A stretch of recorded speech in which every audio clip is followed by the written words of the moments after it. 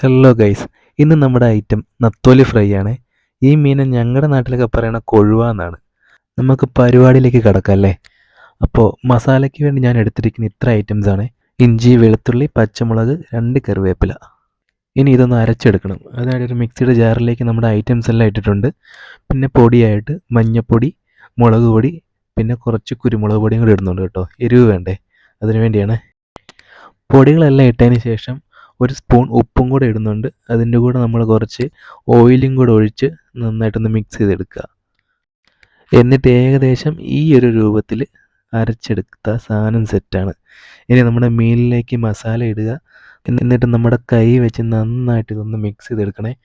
കാരണം മീനിലേക്ക് മസാല നന്നായിട്ട് പിടിക്കണം, എങ്കിലേ ആ ടേസ്റ്റ് കിട്ടത്തുള്ളൂ.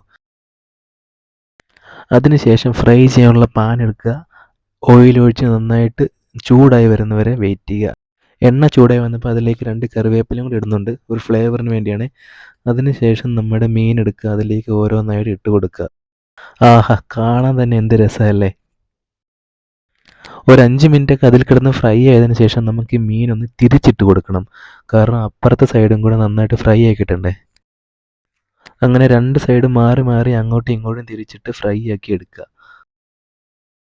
ഏകദേശം അപ്പോഴത്തേക്കും മീനിൻ്റെ കളറൊക്കെ അങ്ങ് മാറി വരും കേട്ടോ. നമുക്ക് കണ്ടാൽ മനസ്സിലാവും നന്നായിട്ട് ഫ്രൈ ആയിട്ടുണ്ടെന്ന്.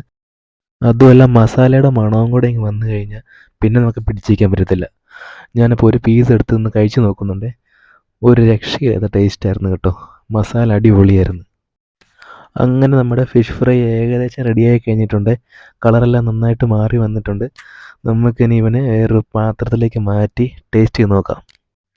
വളരെ സിമ്പിൾ ഐറ്റമാണ്. അതുമല്ല, നല്ല ടേസ്റ്റി ആയിട്ടുള്ളൊരു ഫിഷ് ഫ്രൈ ആണ് ഇത് കേട്ടോ.